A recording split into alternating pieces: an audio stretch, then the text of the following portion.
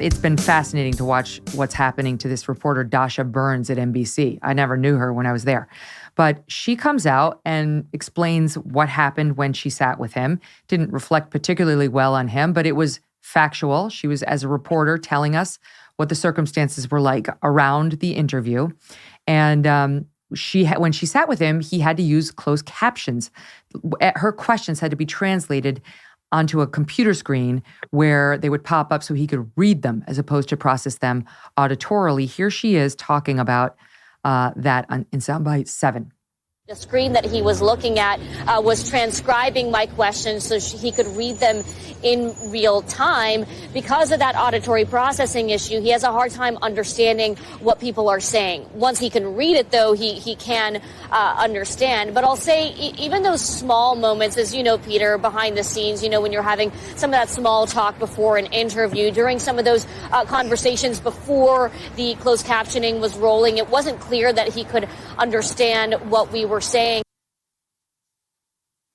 Okay, so now she's gotten all this pushback from reporters universally on the left. Here's one for a reporter for the Pittsburgh Tribune-Review, Ryan Detto. What if a deaf person was elected or a senator became deaf? As if this is an example of Dasha's ableism in pointing out the fact that he couldn't process well without this computer translation. Then you've got New York Magazine reporter saying he's not at all impaired. She interviewed him for the print magazine. Kara Swisher wrote on Twitter, sorry to say, I talked to John Fetterman for over an hour without stop or any aids. This is just nonsense. Maybe this reporter is just bad at small talk. On and on it goes. But, Victor, you get to the actual interview, and it's very clear he was struggling even with the closed captioning. Listen to Soundbite 9. Are you committed to showing up on October 25th to debate your opponent no matter what happens? No, I'm not concerned. I believe that's another opportunity to be transparent, and people can make their own decisions, during the debate. Sorry, to clarify, are you committed to showing up on October 25th no matter what your opponent says or does? Well, yeah, of course I'm going to show up on the 25th. What do you make of it?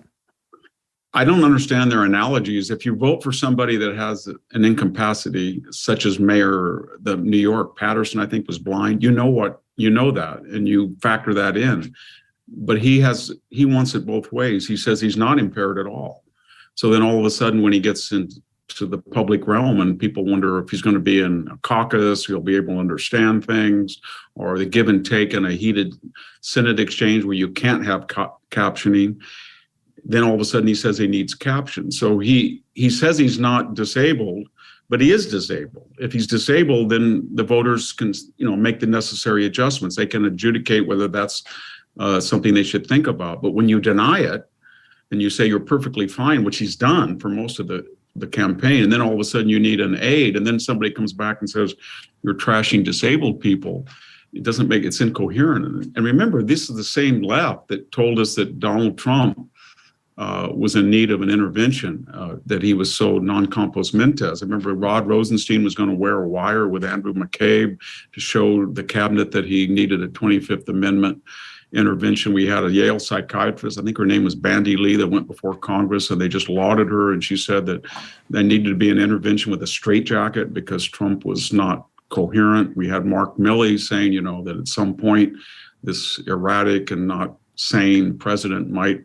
necessitate him contacting the head of the People's Liberation Army in China to warn him. So they're perfectly capable of making telediagnoses on people and impugning that they're cognitively challenged, except when it's in their case. But I think if he had just said, look, I had a stroke, and from now on, I'm going to need some aids, but I think eventually I'm going to get over it, but there's going to be a rough patch, and this is what I can do and not do, I think he wouldn't have had the trouble. But it was denial, denial, denial. No, I'm not going to release my medical records. No, no, no. And then how dare you suggest that I'm impaired? That's not going to work. Mm-hmm. Somebody was pointing out this same empathetic media treated Senator Mark Kirk very differently after he had a stroke. Chicago Tribune coming out saying, we will not be endorsing him because he had a stroke, right? Because of his stroke. It's in the headline.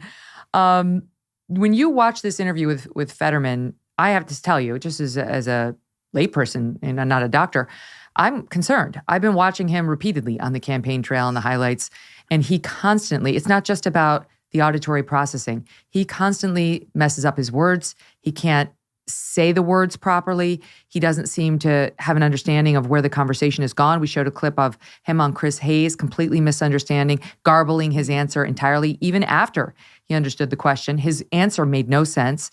Here's another soundbite from his interview with the NBC, where he's struggling on the word pronunciation. It's soundbite 8. I always thought I was pretty emphatic. I think I was very, empathetic. I don't know. And he refuses to release his medical records. If he's so fine, why wouldn't he release his medical records?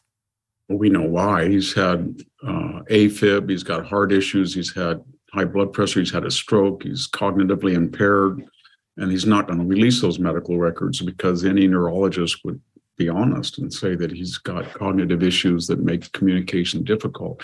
But in a weird way, what they've done is they have juxtaposed him versus Dr. Oz. So Dr. Oz is supposed to be an all-knowing, empathetic, to use his word, doctor. And they've almost said, how dare Dr. Oz, a doctor of all people, suggest that he's cognitively impaired, rather than saying maybe he would really know that he's cognitively impaired. But they've turned it, they flipped it upside down, that Oz of all people shouldn't dare suggest that he has a physical impediment, because doctors are supposed to be so understanding. And the other subtext of it is we're not hearing anything about his record, but he's probably the most radical of all the left-wing Senate candidates this cycle. I mean, by what he says about crime and letting people out and second chances, even in the case of violent crime. And you go back and look at his record as a small town mayor, and it's disaster. And he hasn't done anything other than destroy things that he's come in contact with, and yet nobody's talking about that. Because not to mention as a parole board member. Yeah, we're focusing on Fetterman, the victim. If you're like me, you're growing more and more concerned about the future. The market's all over the place. Inflation is at its highest level in 40 years. Interest rates are skyrocketing. Market experts are predicting, and already in some cases using the term recession, but also terms like economic hurricane and unprecedented. If you want to protect your future, call a precious metal dealer I trust, American Hartford Gold. They can show you how to protect your savings and retirement accounts by diversifying your portfolio with physical gold and silver. All it takes to get started is a short phone call, and they will have physical gold and silver delivered right to your door or inside your IRA or 401k. And they keep it simple.